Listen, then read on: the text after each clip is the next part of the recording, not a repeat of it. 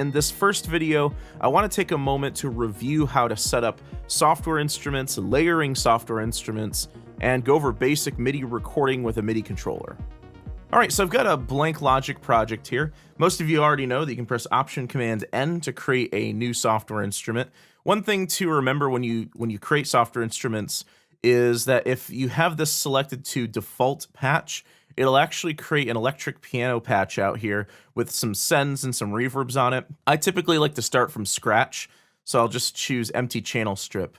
Now, another thing that you can do, let me just pull up an audio track to demonstrate, is that you can double click down here to create a new track, but this creates whatever type of track that you have selected. So if I want another instrument track, I simply select an instrument track and double click down here to create a new one. If I want another audio track, I make sure I have an audio track selected and double click to create a new one. So I don't want these audio tracks, I'll just delete these, but I do want 3 software instrument tracks. On this first one, I'm going to load up the EXS24 sampler, and I'll load this up in stereo. And I'm just going to choose a basic piano patch under acoustic pianos here, and I'll just choose the grand piano patch. And if I arm this track and play a few notes, I should be able to hear the output from the EXS24. Another thing you can do is you can show your MIDI input monitor. If you show the custom view up here, this right here that says no in, this is your MIDI input monitor. So if I play a note, it shows the name of that note and the octave, so D sharp 3. The 1 is the MIDI channel that it's on. And the icon is the type of MIDI message it is. That's a note on message.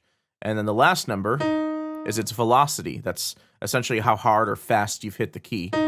So this is a number between 0 and 127.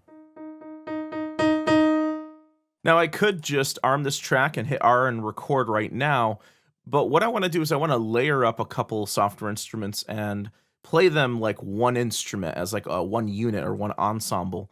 So let's pull up a couple other instruments. The first one I'm going to pull up is the ES2 synthesizer. Pull this up, and let's choose some synth strings. I'll go under synth strings. Let's use this Cosmic Strings Bright.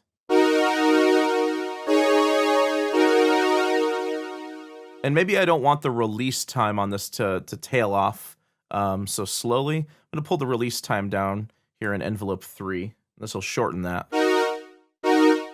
And I'm also going to pull down this filter, the cutoff frequency for this filter, to make it so it's not so bright.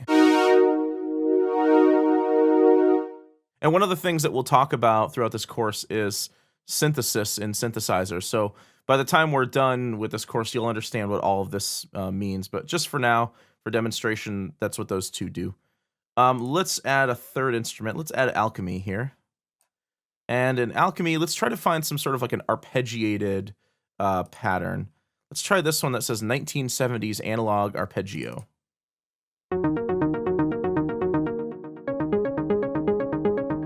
Cool. So now what I can do to put these in a layer, to layer these together, is you can use track stacks to do this. So after selecting all 3 of them, you go up to track, create track stack, or press Shift Command D. And then you can choose either a folder stack or a summing stack. I'm going to choose a summing stack.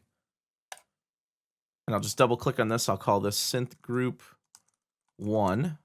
So now instead of recording MIDI on these individual tracks, you can actually do it on the enclosing folder. So if I arm just the enclosing folder and play notes, you'll hear all 3 of these at the same time.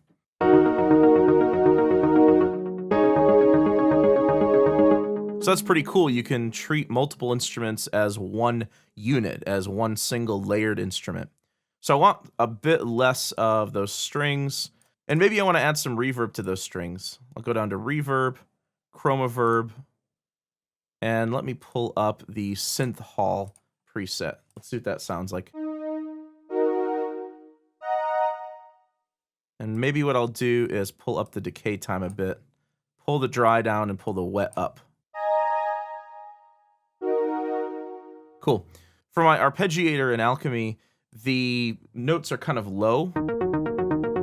One way to do this is to bump them up an octave with the MIDI effects plugin. So right here where it says MIDI effects, I'll click on this and I'll go down to the transposer and I'll transpose this up 12 semitones.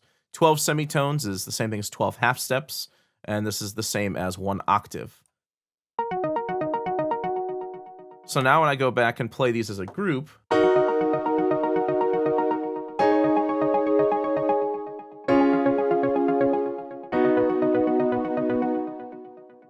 and now all I have to do is press R to record with my MIDI controller.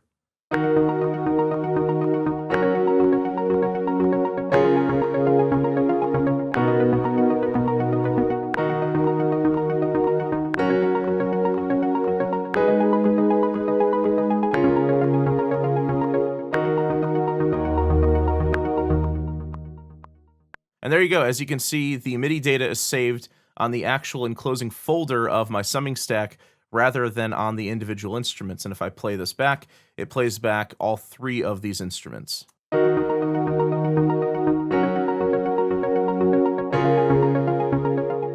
Now, if you don't have a MIDI keyboard controller, I highly recommend that you get one, especially if you want to work in electronic music and you like to create and produce electronic music. It's going to be extremely valuable to you, even if you get a cheap one. They make cheap ones that are like 25 key. They're small, little, cheap tabletop ones. I think some of them are under $100. So it's really worth getting. But in a pinch, if you don't have a MIDI controller, you can press Command K, and this will pull up your musical typing keyboard, and you can use your typing keyboard to enter in your MIDI notes. But it's not nearly as intuitive as having a real-life keyboard in front of you. So that's there. Again, you can press Command K to toggle this. All right, guys, so that's the basics of setting up software instruments in Logic and layering those software instruments with track stacks. In the next video, I'll do a review of the piano roll editor and the piano roll editing tools, as well as a MIDI input feature that'll make recording a lot easier called Step Input.